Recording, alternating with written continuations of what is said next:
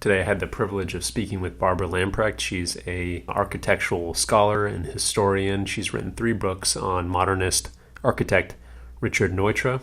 She earned her master's degree from Cal Poly Pomona and did her doctorate at the University of Liverpool. She's given countless lectures and been a part of several films about famous mid-century modern architect Richard Neutra, which is what our conversation is about today. I hope you guys enjoy.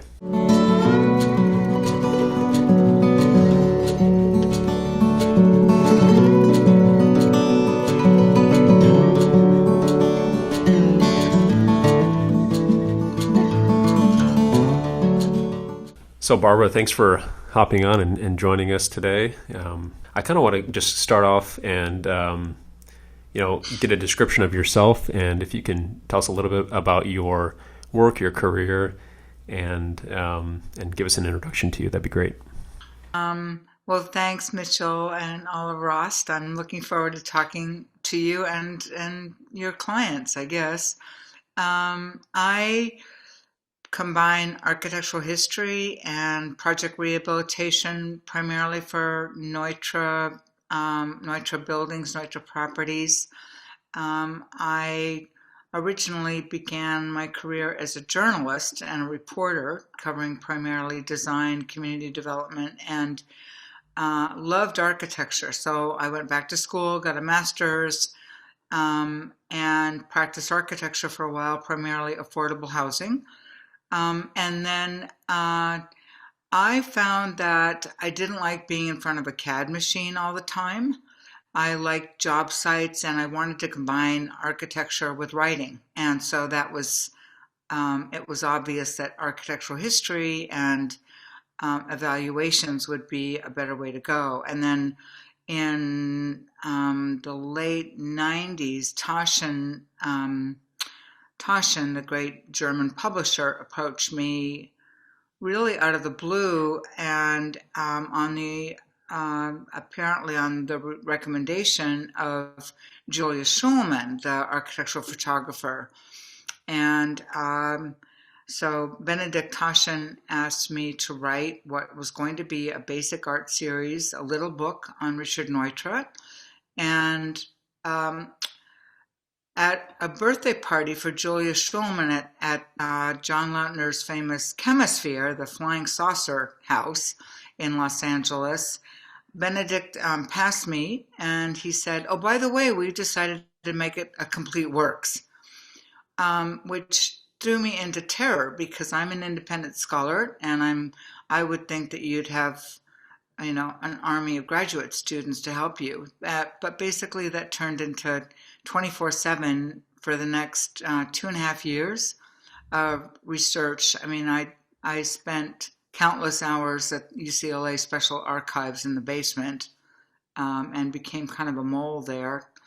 And that led to 2 more books and kind of a speciality in understanding Neutra. And then I decided to go back to school again and get a PhD. And I did that at the University of Liverpool. And I had a special dispensation to write 50,000 words over the 70,000 word limit.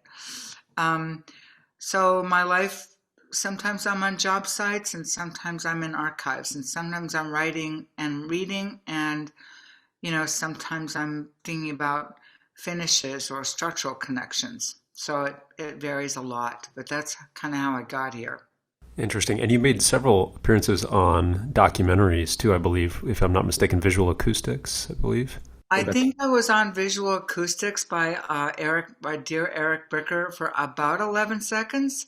But I played much more of a prominent role in the recent documentary by P.J. Litovsky called Neutra Survival Through Design, and that's a major documentary about his work. And that's not come out yet, if I'm not mistaken, correct? I think PJ is still looking for a distributor. I mean, it's premiered in several places and at several festivals. I think that people can make private arrangements or arrangements with him to film it, but I don't think I mean, it's definitely worthy of PBS and anything like that. Um, there are many extraordinary voices on that documentary, certainly not mine alone, and extraordinary houses, and it's Europe and America. Yeah, I made several attempts to try to watch it, but they've all been unsuccessful. So I'd love to try to figure out a Oh, way to make it well, happen. let's see if we can't get you and PJ together somehow. Yeah, that sounds great. That sounds great. Okay. Well, good. That's helpful, Barbara. So, can you go into kind of a general introduction of Neutra? I know your work obviously has gone into some.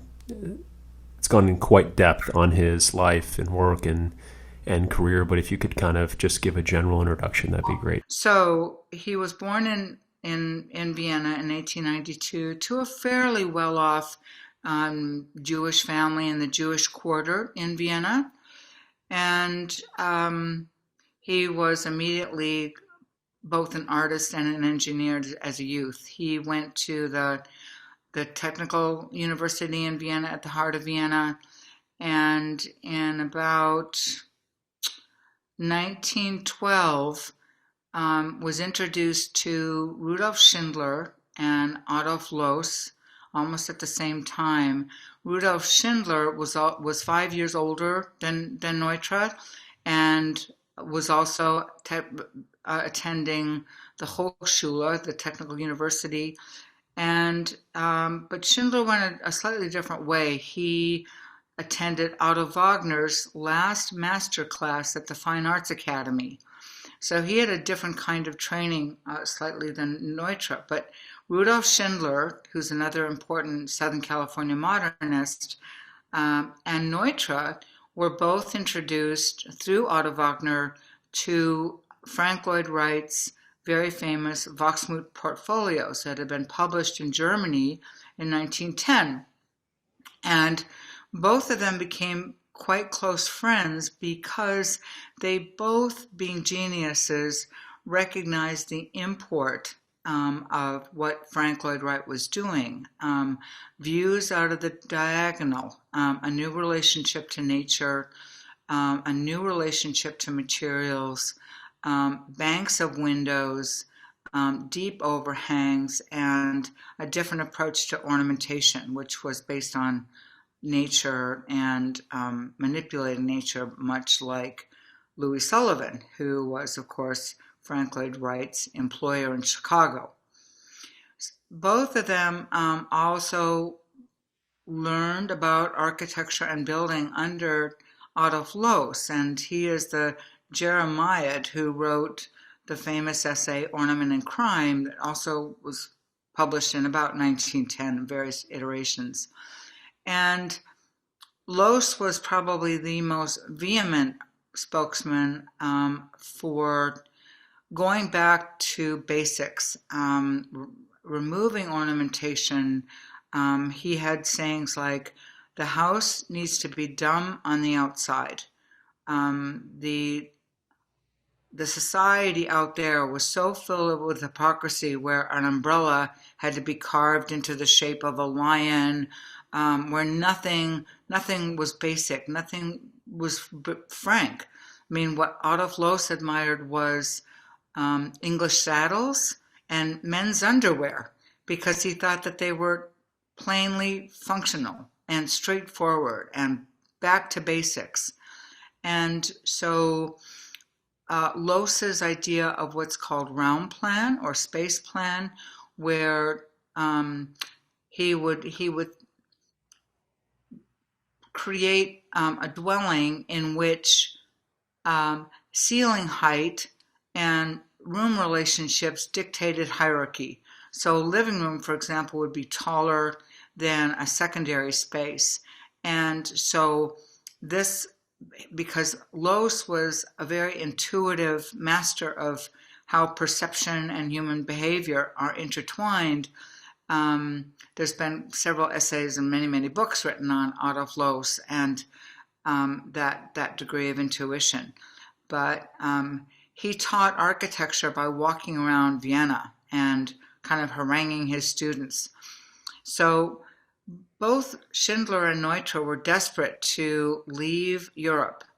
Schindler left in 1914, about a week or so before the Archduke Franz Ferdinand was assassinated, and later on called anybody who stayed in Europe, any architect who stayed in Europe, a slave to order. Because after World War I, a lot of people, a lot of the architectural community, I think, craved a new sense of order because all order had been exploded. And Europe was incredibly poor. It was the old place, and Neutra deeply wanted to escape from that. And so he emigrated to New York, and in 1923, his only goal was to get to Chicago. And he went to Chicago, and he worked first for a skyscraper firm called Holabird and Roche. He was draftsman number 218, designing toilets, and as we all do at some point, or toilet surrounds. And then he met Frank Lloyd Wright at Louis Sullivan's funeral, and that was in April 1924. And Neutra always seemed to be at the right place at the right time in history.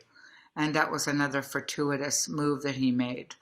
He went to Taliesin in Spring Green, Wisconsin, Wright's East Coast studio and his only studio at the time, and worked for Wright between late November and February November 1924, and he left in February 1925 with his bride, Dione.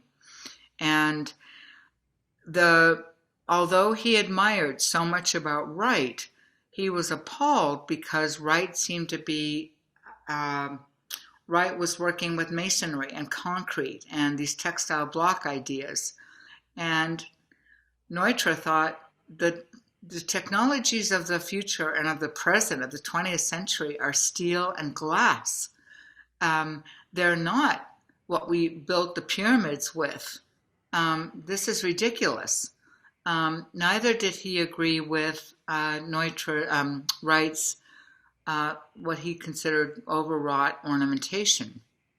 So the two masters, or one established, one emerging, parted ways, like so many other people parted ways with Wright. If they were quite talented, they became competitors rather than proteges. So Neutra came out and landed. He and Dione and a baby arrived on Rudolf Schindler's, brand new radical poured in place concrete or tilt-up concrete house in Los Angeles on Kings Road in early 1925. Schindler's work is all, I think, underrated often.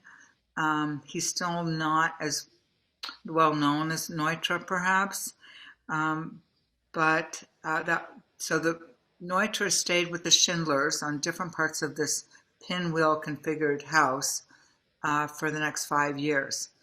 And Neutra and Schindler did design some projects together, including the 1929 Jardinette Apartments, which are in Los Angeles, which is workforce housing that has been in existence since 1929 and at long last is being restored and rehabilitated again to be, actually the hope is for it to be 43 units of affordable housing.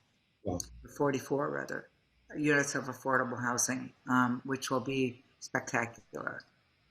So that's basically how Neutra started and how he came to the States. California called him. Los pushed him, Wright called him. Got it. And then in California, the works level, the Level Health House, Kaufman Desert House, Tremaine, all that kind of stuff followed. Right. That was built in 1929, and that precipitated thousands of people who trooped through the house The house was built for Philip and Leah Lovell, and Philip was um, who started life out back in New Jersey as Morris Saperstein.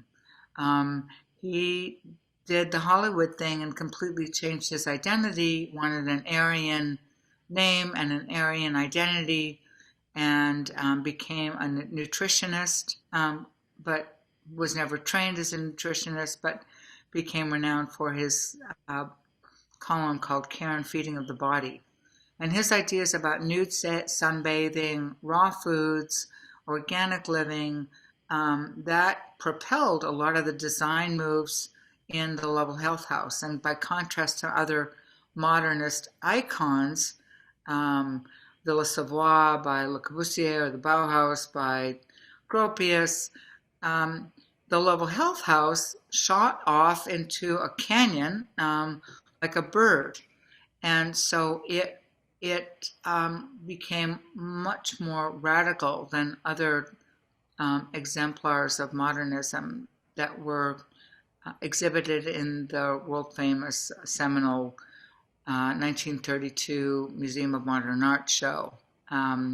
So the Lovell Health House, because it was all steel framing, it was all based on the commercial techniques that Neutra had learned back in Chicago when he dove into every foundation, knew every bolt hole, could recite the speed of an Otis elevator ad nauseum. And he became the GC, the general contractor for the Lovell Health House, because nobody else would do it. Well, good. I think that's a nice introduction to his work and kind of the career path. I want to dive into next, and this is a topic that you had brought up in our conversations before, but Neutra's definition of luxury. So changing gears to that, can we kind of talk about what you feel is his would-be Neutra's definition of luxury, and I think it's safe to say that it is quite different than what many people currently would perceive luxury as today. Yeah. Thanks for raising that, Mitchell. I'll introduce it by talking about the Sheets Goldstein house, which is not designed by Neutra, but is designed by John Lautner, protege of Frank Lloyd Wright, a wonderful architect. And if you visit the master bedroom at the Sheets Goldstein house, you'll see that the lavatory, where the sink is entirely made of glass, and you can see water. It is the most extraordinary sink and faucet I have ever seen in my life. And for Neutra, however, luxury could be defined through communal garden materials, like tempered masonite, like formica, like other very commonly obtained materials. For him, luxury was, are there sensible and gracious and effective ways of creating an axis that would look out to nature? Have you afforded clear axes, or have you afforded surprises, but in ways that are sensible, not shocks to the system? I mean, he used to say, one of his favorite sayings was, an architect can be your lowbrow henchman and blow up a marriage, any marriage, by piling up daily irritations unsuspected. Right? So in psychology, we talk about affordances, and like any architect would know right away, I mean, affordances are just how many opportunities do you create in a dwelling to afford your life, to make your life richer than you anticipated, by looking at your needs and by addressing you as a primal, generic, universal human being, and then also those eccentricities, those idiosyncratic things, those personal histories that create you as an individual apart from that generic, critically important, basic human being. So he would he had what were called client interrogations, in which his suburban clients, typically a husband and wife, were asked to create diaries. Give me a diary of your day. And there would be all these questions he would ask. And that was based in part based on his experience with a brother and a granduncle who was a physician. His brother introduced, the Neutra family and the Sigmund Freud family in Vienna were close friends. Ernst Freud, Sigmund's son, and Neutra were very close friends. So Neutra had a background in treating architecture as applied medicine. And being a good doctor, one would interview the patient, right? So that became the client interrogation. And then once he got that information back from the client, he would take out a thick oil red pencil and start marking up and underlying or commenting on those letters that he received. Then those were transformed into another document in which those concerns and those needs were translated into section, plan, and elevation. Is that resolution going to be addressed in section? Maybe an Otto Floss hierarchical thing? Is it going to be addressed in elevation, path of travel, or is it going to be addressed in plan? And so I think this method was rather extraordinary.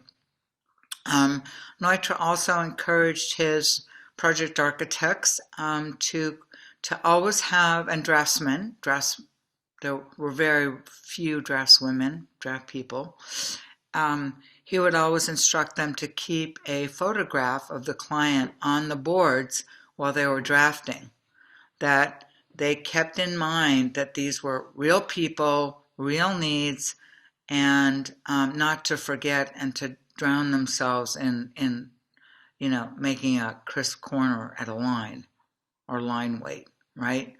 That's really interesting. I mean, I feel like that's a repeating theme with Neutra, his kind of desire to take and rationalize the design process, but then also try to systematize and rationalize people's physiological experiences as they're walking through buildings too. Absolutely. Pretty interesting. Absolutely.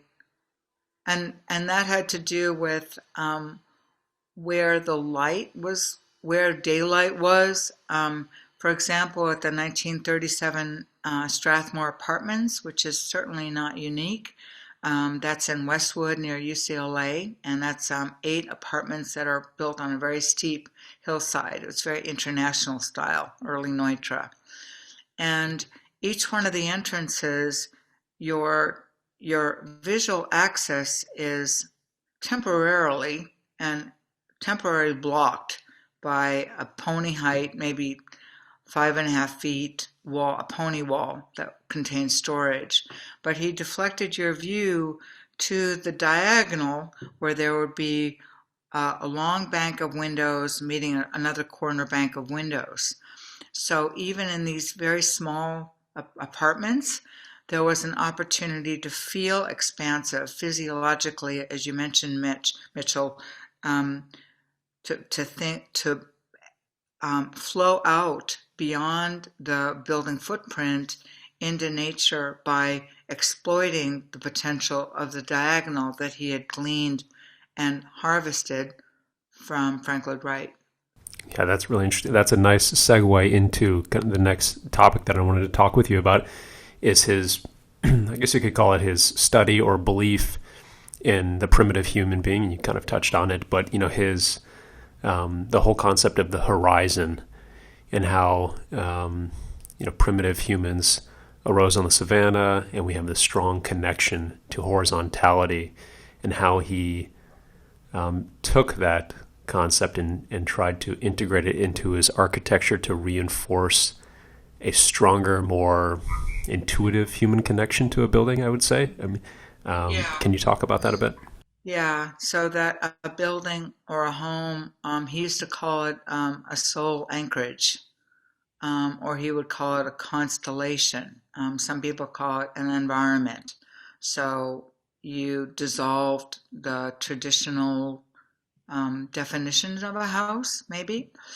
And yes, he was exposed to ideas about the savannah in a based on Raymond Dart, a scientist called Raymond Dart's work on the savannah. It's called the savannah hypothesis, and so we come down from the trees, and we came down from the trees on the savannas of East Africa, and we are our neural our bodies and our minds, our brains, were created simultaneously and together on the savannah. And so we're almost physiologically part of the savannah, is his conclusion. And what does that mean? It means that we early on imprinted deep in us, in our DNA almost, is views of the horizon line, views of copses of trees, of bodies of water, of moving clouds. And so our eyes, for example, if there are a savanna of grasses, and where our eyes are structured in ways that we can apprehend an overall outline of a form very quickly, like if it's a predator, for example, who's moving stealthily through those grasses, then our eyes and our brain, and our eyes are basically only extensions of our brain, right? They can then fill in the gaps and fill in the details of the form. But in our bodies, if you have an erect posture, you're all you have to do is kind of be upright, and your eyes are directed to the horizon line. Now, Frank Lloyd Wright would call the horizon line the line of domesticity, right? Now, so he had more of a social association with the horizontality. And so did the early European modernists, right? They were opposing the verticality of Victorian architecture or Gothic architecture. But for Neutra, it was an ideology of biology that was informing his emphasis on the horizontal. But we're intimately connected with our environment, or we need to be. If we're not, then Neutra argues our architecture, our environment is compromising the full extent of realizing our very humanity. That a poorly built design diminishes that potential. Got it. And didn't, not to digress to another architect, but I feel like John Lautner, I read something that John Lautner had a similar approach to Neutra, except having to do with the cave. And that was, I think the essay had something, and I can't remember the name of it, but it had something to do with relating the Sheets Goldstein house to something of a cave, where it's kind of dug into the side of the hill, and the primitive human feels comfort because their back is protected in some ways, and it does still associate with the horizon in that they have a view out towards their surroundings, but they're protected at the back. So I find that interesting that there's many of these architects are going back to primitive human instincts and habitats, and trying to incorporate into their modern architecture. Well, if you look at the work of the 18th century rationalist Leger, I mean, the cover of his book, The Primitive Hut, is, you know, kind of a treehouse on the ground. Um, so a lot of these rationalists are looking for other ways to define and express form making that aren't driven by classical precepts. That's a good segue into the next topic, which was your Eden article you had sent me, which was pretty fascinating, and Neutra's interest and in landscape design. It's fairly obvious for anybody looking at kind of some of his most prominent works that he's conscious of what's happening in the landscape.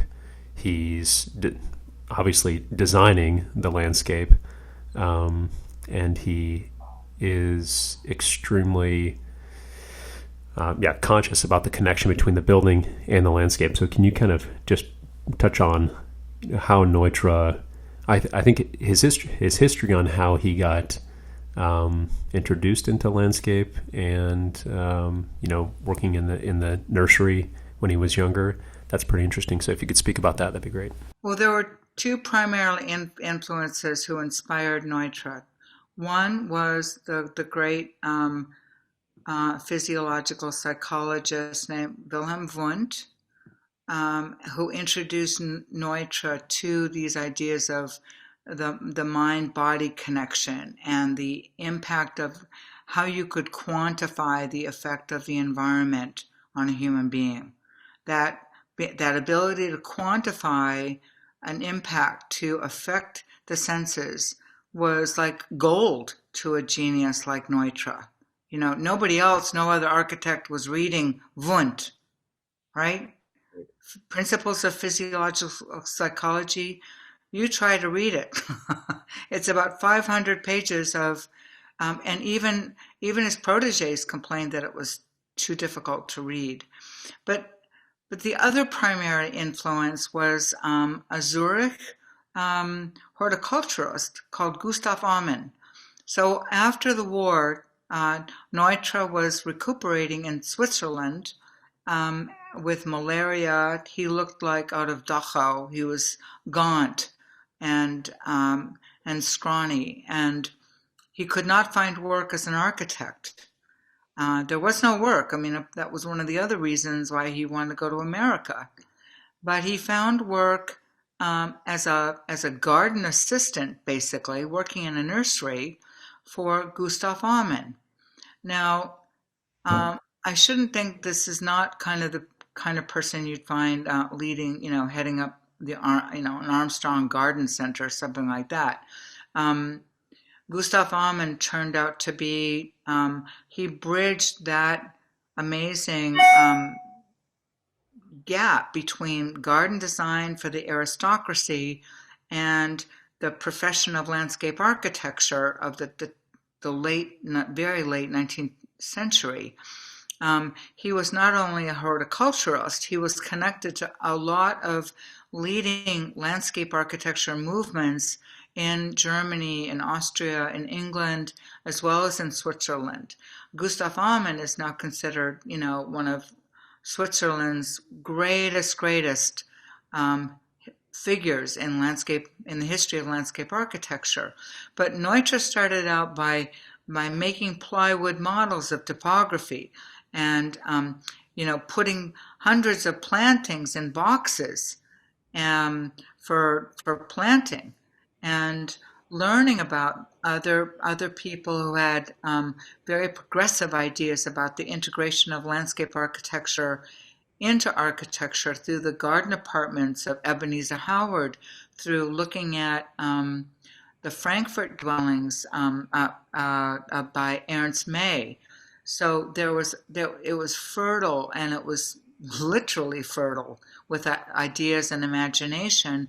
And what was clear was that post-World War I, there had to be great design that was for every man with a capital E, right? And that had to do, again, with what is luxury. Luxury should not be just for people who can afford it, but it should be by the work for workforce for everyone. And so that included open spaces, access to nature. And so Gustav Amond, in his books, like Blue Garden, which came out in the 50s, they talk about the need for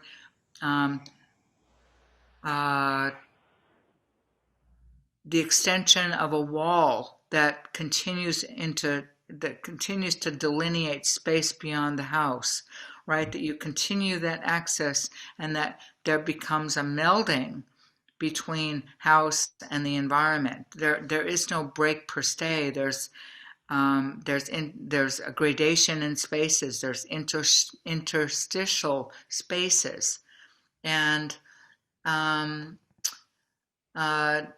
other early modernists in landscape architecture, someone else who was quite influential was Liebrecht Mige, and he would argue that you had to have what they called, I can't remember the other part of the German, but Traumful, I think something like Trampelgartlaufen, but it means when you create a pathway, watch how people behave, and then create your pathway based on where they're going. Don't set forth a walkway and then say, well, you have to walk that way because I'm the architect and I set that down and it made sense to me, and it needed to harmonize with my overall design concept. He'd say, no, see where the paths are. See where the grass has been trodden. And so Neutra grew up understanding plants and horticulture, so his great first project was not a work of architecture. It was a forest cemetery 30 kilometers southwest of Berlin in the very proud feudal city of Luckenwalde. And that was a very progressive cemetery because the Catholics and the Lutherans were used to having their own cemeteries, right? The religions could make, or churches could make quite a bit of money by selling plots, but you had to be a Catholic or a Lutheran to get in. Well, Neutra and others, the city decided that they would have a secular cemetery. Well, this raised all kinds of protests, actually. So it's very interesting that a humble, a very serene environment like a forest cemetery could precipitate so much opposition, but it did.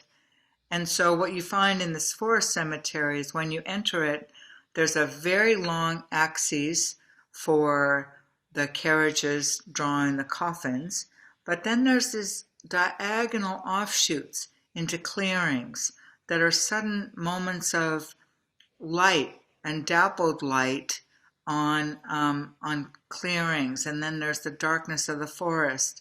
So you have diagonal views, but you also are stabilized and anchored by this long axis. And the headstones are scattered throughout the cemetery in the most idyllic and gentle manner imaginable. It's truly, truly worth a visit.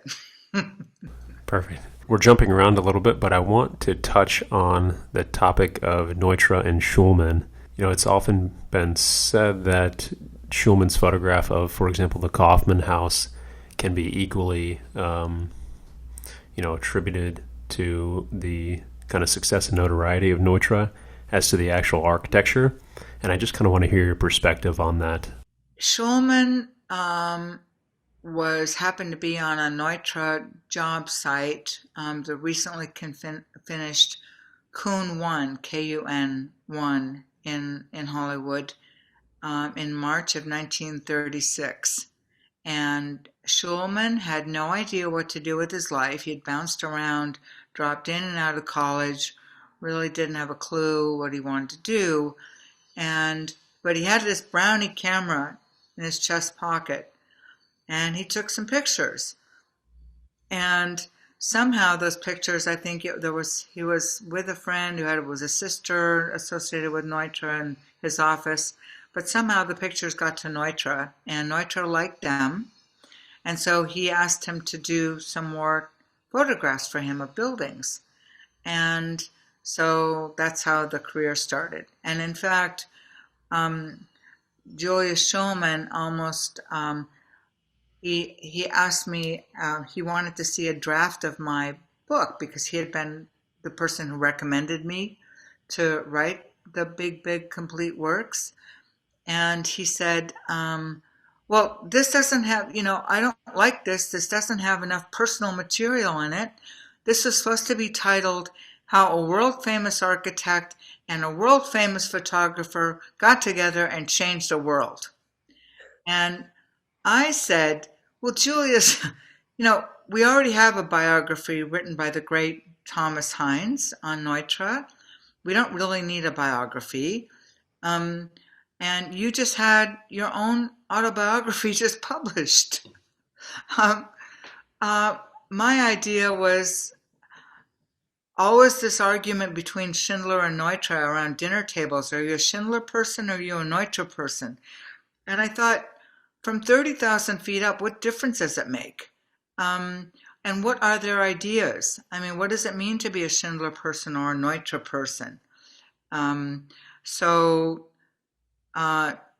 Julius finally calmed down a little bit, but I remember on some book tours, he would always have a black Sharpie fine point. And at the time, I was using some other fine point or whatever, and he leaned over to me and he said, you should be using this kind of pen. And I would say kind of, in a kind of liberal, bright, glib kind of way, well, everybody's got their own feelings about what they like to use. And no, you should be using this pen. There's no discussion.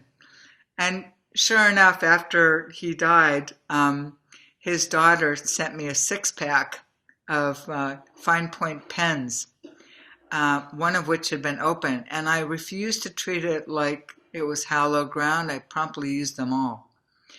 But that's not your topic. Your topic is... That's a good story, though. I appreciate it. The impact of how they meshed or did not together. If you look at Shulman's images of Neutra dwellings, particularly, it's almost as though he comes at an angle and hits the glass, and then bounces out again at the same oblique angle. There's a hardness to Shulman's images often, in my opinion, and they shoot. They hit the building and then they shoot out again to the horizon or to the landscape beyond. So there's always a vista approach. They're beautiful photographs for sure. He and Neutra would argue about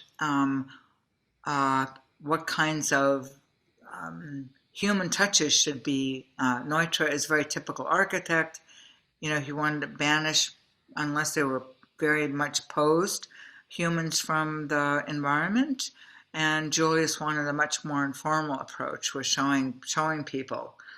And Neutra, because he had this deep belief in that humans had to be embedded into nature near, nature intermediate, and nature distant, he would bring along, like oftentimes, branches, right, to frame the image, and which would drive Julius crazy. But if you look at other photographers like Marvin Rand, for example, or Ezra Stoller, or contemporaneously the work of Luckhouse Studios, a very popular photography studio in the 30s, like the interior of the Lovell Health House, there's a richer black to the Luck House there's a sense of mystery and this wonderful, rich kind of almost. It's as though sepia was flooding through the black. Julius's grayscale is much different. Um, it's a much different black. It's a much different gray. It's very very.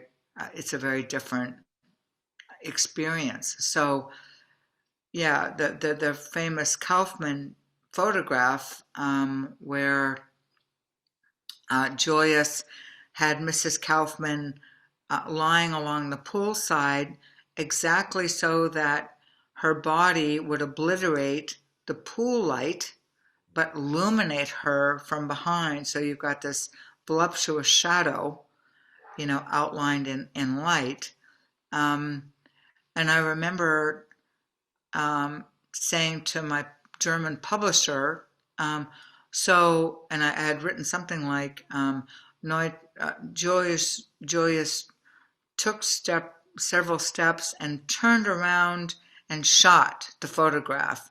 And Peter Gussel said, Julius hates the word shot. Do not use any language having to do with shooting with taking a photograph. It's funny the power that the architectural photograph has, especially to an architect. For that time, that was often the way that the rest of the world, the only way that they would experience the building is through a photograph. The amount of people that could experience the building, physically, is far fewer than the amount of people that are going to experience the building through the photograph. So I can understand from an architectural point of view, Neutra trying to control that photograph as much as possible. Yeah, absolutely. That's a very kind of, you want to control it. So I understand that. Right. Well, I think we as architects understand that an inch matters, that the time of day, like that quote of Neutra's before. I mean, if you take something as humble as a 48-inch distance between countertops and a kitchen, well, if you start to shrink that, then you're constantly saying to somebody, excuse me, excuse me, excuse me, don't mean to, excuse me. And so you're setting up one of the very daily irritations that Neutra is describing. If you don't make things seamlessly functional and ergonomically available, but an architect invariably has to convince a client, and be persuasive on, this will affect your life positively, and it's amazing to me. I mean, the collaborative nature between client and architect in Neutra's day. I mean, letter after letter after letter after detail after detail. Just because Neutra was a great architect, it didn't mean that they weren't wrestling and negotiating and navigating all the time, all the time. And, it's always interesting to me when I hear kind of caricatures of Neutra saying, like, he would control everything. Like, and he controlled a lot. I mean, why would somebody go to somebody like Neutra if they didn't want a particular kind of way of living, right? Right. It wasn't so much looking a certain way, it was a way of living that Neutra promised.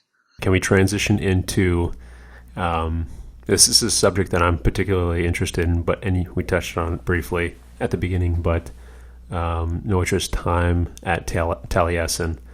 I'm kind of fascinated at those 5-6 months, whatever it is that he spent in the studio, him and Dione, with Wright. I know that at the particular time, it was a rough time in Wright's career, and he had very little work. But can you kind of shed some light on that experience that Neutra may have had there? Well, when they arrived to people who had come to work for Wright from all over the world. And in fact, they met an old friend of theirs from Germany, Coleman Moser's son. And he brought them down to the basement in Taliesin. And Dione wrote that there were hundreds of soggy Voxmut portfolios rotting because Wright, and the explanation was that Wright didn't want anybody copying his work. So if he didn't distribute the Voxmut portfolio, not that many people would know what he was doing and what individual gifts and talents he had to offer. But it was a very rich experience. I mean, anyone who came to work at Spring Green was permanently affected. And Neutra, he was at draft's table, huge old stone wall that was part of the Spring Green interior, the attitude about bringing the outdoors in or the indoors out. But he sat in front of a couple from Japan, husband and wife, who were both architects and who went on to become very famous architects and modernists in Japan, the Chuchiras. And there are many photographs of this wonderful band of people on these musical evenings at the main fireplace at Taliesin, of all these different people from all these different walks of life, enjoying what was absolutely mandatory, these musical evenings. And of course, Dione had her cello, but Neutra found himself detailing the very slender rebar for these textile blocks at Sugarloaf Mountain, which some people believe is one of the predecessors to the Guggenheim. This kind of That's right, yeah. It's kind of circular or cylindrical in form. This expanding oval.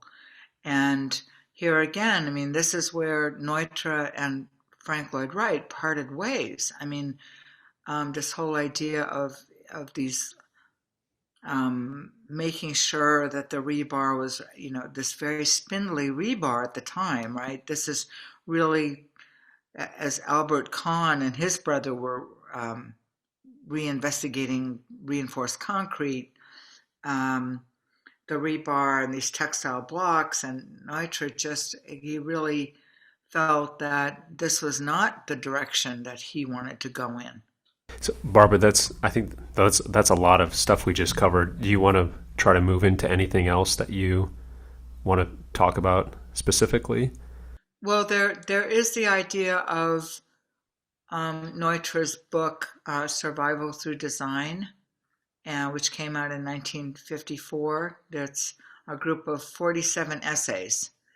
And Neutra argues that the mind-body connection, that there's a continuum between outdoors and our innermost selves, that we are a continuum, that the mind and body are completely connected, or not even connected, but integrated. And that architects we have to pay more attention to all the senses, tactility, olfactory, oral, that these are, like he compares in Survival, the difference between touching real marble and touching formica that's made to look like marble. What's the difference? And he's getting into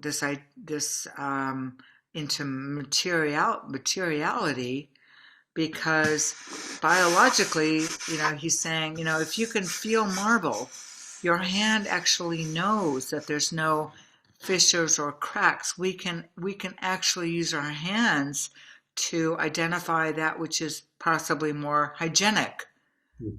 It's that he's trying to awake our languishing appreciation for the rest of our senses, and just concentrating on vision. So again, as he's not, he's lauded for these cool, sleek forms and his ability to for form making, right? But his ideology is biology, and that we have to uh, upend the idea that form follows function. Right. For him, one of the most important chapters in the book, I think, is where he basically throws down a gauntlet to Louis Sullivan and says, no, function follows form. If we don't create healthy forms for people, you can't function that well. You won't be as productive.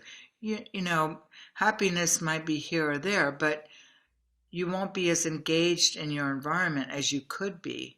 And then one of his chapters is all about, for example, even the Impediti fly. And the male Impediti fly, he attracts a mate by creating this white balloon. It looks like a balloon that is much larger than the insect. And it's filled with other smaller insects that he's killed. And the bigger the balloon, so this cracks me up. The bigger the balloon, the more bigger chance he has of getting a mate. And about, I guess, 700 species of Impediti fly figured out that, hey, all you need to attract the mate is that balloon. Like, why bother to go out to all the work of killing the little insects, So they just have an empty offering. But Neutra's point is, without these kinds of forms, life can't continue.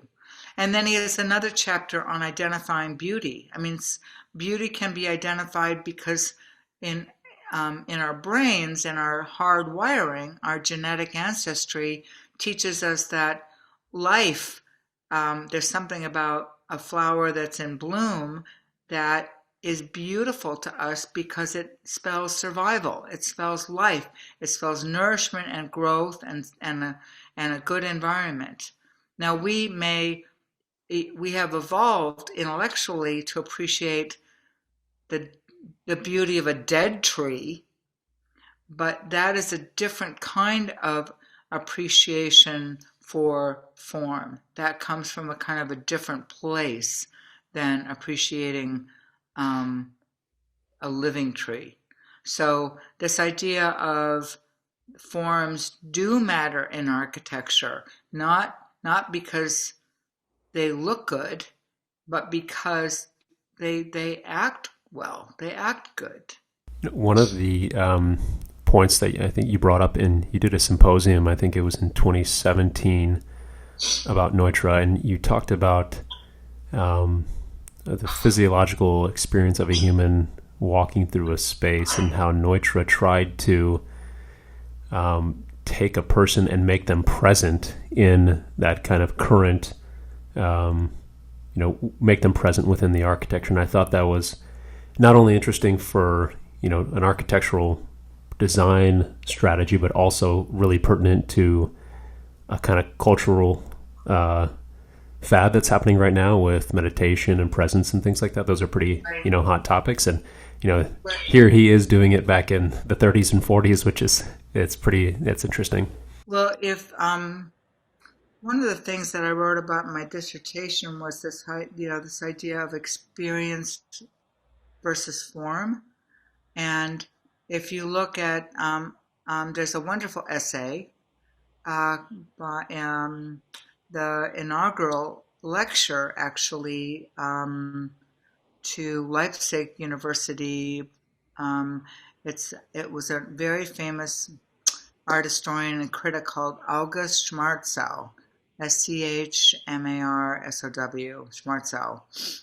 And the essay is devoted, it's saying, how is architecture different than fine art? And because in the late 19th century, all the Victorians, as Morden Crook has written about in this one of his wonderful book, The Dilemma of Style, everybody's running around gnashing their teeth because they have these steel skeletons now, and they don't know how to put, what should they put? Should they put classical detail? Should they put Gothic? So what should they do? And they're blowing their heads off, right? With what should we do? And Schmarzow, who is not an architect, he comes from a very different tradition of art history. He says the point of architecture is the body moving in space. Experiencing architecture is the creators of architecture is space. So how do we experience space, and especially how do we experience the body moving in space? And that involves time. So Neutra starts to think about Einstein, right? And this idea of space-time and things being relative and maybe not absolute. And don't ask me really right now, like how that all fits together, but he's throughout his work, he's talking about experience, and it's always ironic to me because everybody looks at Neutra and they think how cool, right. And he's such a collectible, right? Everybody wants to collect, except they're quite expensive these days,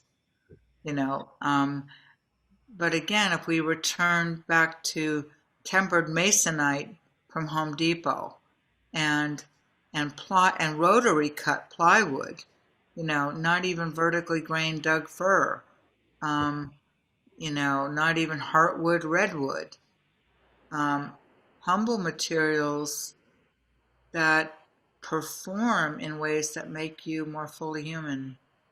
Yeah, it seems like his approach was much more to design is much more similar to a director or a movie producer, where he's kind of, thinking of himself, within the timeline of a movie frame, and these individual moments of experience, as opposed to, an exterior, just kind of a pure formal approach. Obviously, that's not what he was thinking, but that metaphor is kind of interesting.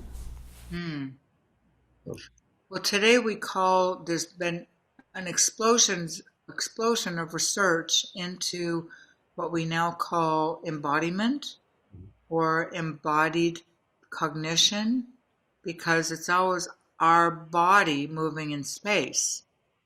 And these ideas have really taken a hold of, for example, ANFA, the Academy of Neuroscience for Architecture, which is based in San Diego, which you might want to think about investigating more. But there's a score of books now on, there's a wonderful book called Wayfinding. How do we create landmarks? How do we tap into memory? What creates memory? And of course, memory and wayfinding are fundamentally connected, right? The author was interested in how Eskimos find their way over, wasteland that would make no sense to a Westerner. And because there's all these little tiny, a rock or how lichen is facing on one side, or, that the role of a landmark to change space into place. Neutra talks a lot about the genius loci of a place, and the spirit of place, the spirit of a site. And now he's not talking literally about worshiping gods, but I think there's part of him that's not too far off from that. He would like Le Corbusier's exposition building for the Paris show and exposition in 1925. he would cut out an overhang for a tree, or create a building, or create, if he's doing an L-shaped building, to create it around a tree that had great significance for that old ranching family in Bakersfield. To respect the land, respect the earth, not in kind of, green earth, yada, yada, sustainable way, but a real, again, just recognizing that sacred aspect of it. I mean, there's so many books out now that speak to our body in space, and how our body in space is involved in urban planning, and from object making to urban planning, and it's all the rage. But Neutra's book was published in 1954, but he started writing these 47 essays in the late 1930s. There are 78 scientists the work of 78 scientists, and he's always looking at 18th century rationalists or much older, back to the Stoics and other people who are saying, what if it's not the gods that we should be thinking about? What if there's a material basis, a rational, scientifically, a quantifiable basis for doing what we're doing? And so people have accused Neutra of saying, well, you just want to find out, what's the profile of stimuli to give yourself a good building. Right. So it's very stimuli response, Pavlovian. And Neutra's he's not saying that, he's saying understanding science is a tool. Right.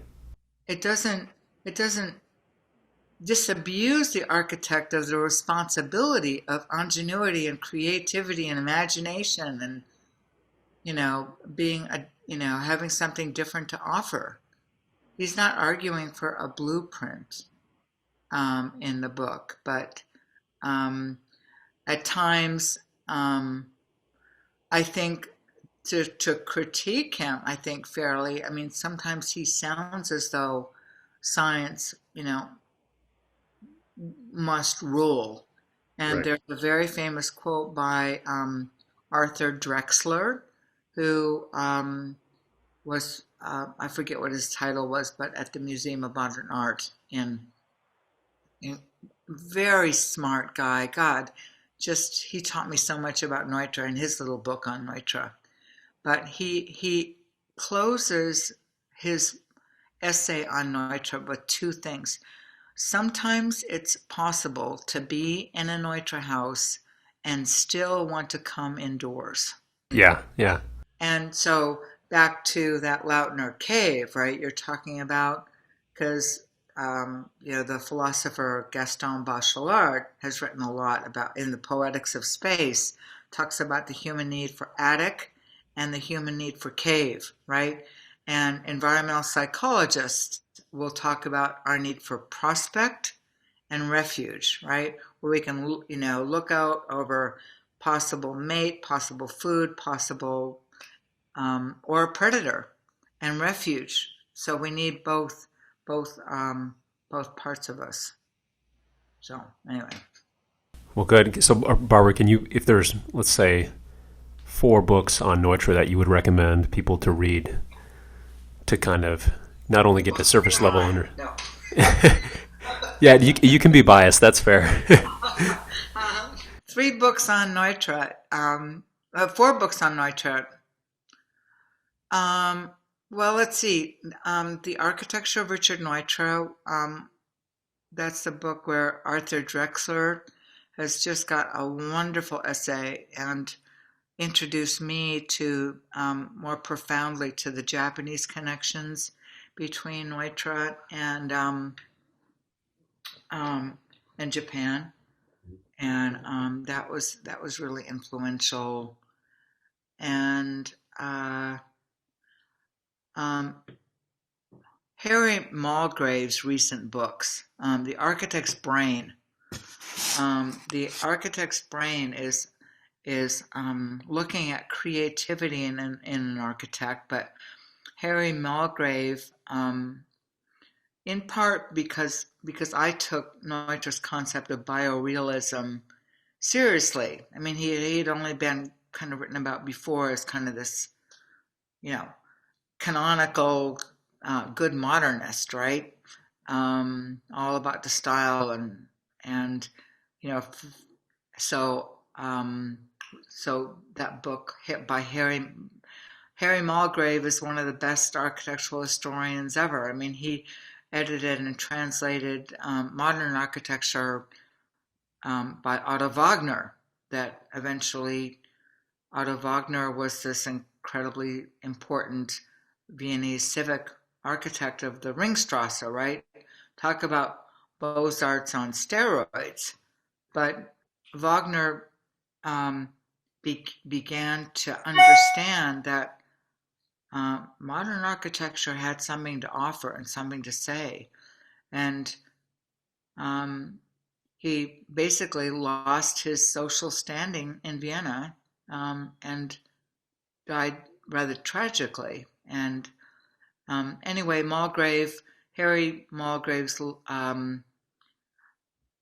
most recent book, I think, is From Object to Experience. Okay. So architecture's got to go from being an object in space to an experience. So he writes extensively about that.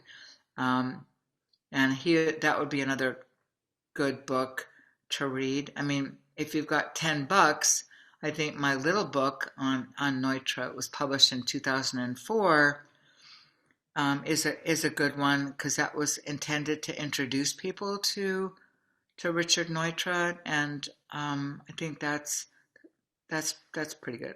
No, I have read the small book on Neutra, and it has a great introduction. It goes through all the projects in kind of chronological order, so it's nice to see. There's only 22 projects, Mitchell, in that little book. Yeah, well, the most prominent ones, I'd say. And I think that there's another. Oh my goodness, yeah, that's it. But Toshin's done so many different versions of that. Would you recommend anything from Thomas Hines? I know he's another UCLA professor. Forgive me. Richard Neutra and The Search for Modern Architecture. Thomas Hines. I mean, that's a wonderful biography, and I think published in '84. And Thomas Hines had access to everything, and long hours with Dione Neutra, and I got to know her because I was given. I guess one last thing, Mitchell, is my own experience at the VDL house, because I was kind of plucked out of a class in graduate school, and was asked if I wanted to work with Mrs. Neutra on documenting the contents of the VDL house, the family house in Silver Lake. Mm-hmm. And I said, sure. I really didn't know really too much about modernism, but my immediate assumptions were that it was dictatorial, authoritarian, that it made me throw away all my stuff, and it was cold and hard. So that's what I came in with, and I had a word processor that I borrowed from Caltech, and I lugged this thing all over the house, depending on what I was doing. And so I'd be on the rooftop terrace or some other room, and all of a sudden, I understood that Neutra was, this house was saying, if you want to be on your own and quite quiet and contemplative and work alone, I'm there for you. If you want to have a party, kick butt, have a lot of people over, I'm in. Count me in. I can do this. I want to do this. And part of that is in some of the Frank Lloyd Wright houses in Los Angeles, they are the passive traveler are very dictatorial. Right. At the VDL house, there are 17 doors, maybe more. because there were people working and practicing, different families were living there, configurations were changing all the time. Secretaries, draftspeople, um, guests in the guest house, upstairs, downstairs, everywhere. And so by creating these different paths of travel, it's like creating like a figured ground kind of thing. So you could always take a different route. You could always be a different person because you took a different route. Your experience of the space was ever changing because you were always reestablishing a path of travel throughout the day. Right. I had an interesting conversation with Raymond Neutra about the VDL house. Okay. And, we kind of related it back to, in some ways, to what's happening right now in 2019 with, the ADU laws. So bringing in accessory dwelling units, one primary accessory dwelling unit, one JADU. And in a lot of ways, the VDL house has that. So it shows how a single family home can be serve multiple uses, how you can house multiple families. It can be a live workspace, it can be flexible, and kind of the level of thought that Neutra had to put into that floor plan in order to facilitate all of those occurrences during the day without necessarily forcing the two families and the workers to interact every day, which is a super interesting conversation. So I related it back to how we've had many clients try to do the single family home and then capitalize on the ADU laws as well. And it's making not only the architectural design more interesting, but it's also solving a larger societal and cultural issue that we have in California, right, with the housing crisis. So I think it's killing two birds with one stone in some sense. I'm just thinking if you can look at the plan for the 1951 reunion house, which is Dion Neutra's house. Neutra put the master bedroom at one end, and he put the children's bedroom and the guest bedrooms at the other end of the house. It's a modestly sized house, and then he created a bathroom in which, if you study the plan, four people can be using this relatively small bathroom simultaneously, and nobody's getting in each other's way. And I think it's rather a miracle. And in another barbell house, if you will, the client, the mother, said, "I don't want to be that far away from my children." Other end of the house, and he says, "We will install an intercom, and you will thank me in the end." Yeah. And we did. That's funny. This was Dion's house? Well, this is actually this is the Corwin house in Weston, Connecticut. That Dion had designed. Well, no, I'm sorry. This anecdote I just shared with you, that is the client, the woman, at Betty Corwin from the Corwin house in Weston, Connecticut. But it's also, I think it was basically established in that plan called the Reunion House because it was supposed to be, the Reunion House title comes from grandparents wanting their grandchildren to come, but not being overwhelmed by them. Right, yeah. No, I really appreciate you coming on and having the conversation. And I think there's, you kind of divulged a wealth of information for not only me, but for our clients and people in our office and hopefully everybody else watching. So I really appreciate it. Oh, my pleasure, Mitchell. I think this is the very first time any architecture firm has approached me. And if that's the kind of firm you are, your clients must be very fortunate. Good. I appreciate it. Thank you. So thanks for listening to the discussion today. If you'd like to learn more or if you'd like to contact us, please reach out to us at rostarchitects.com.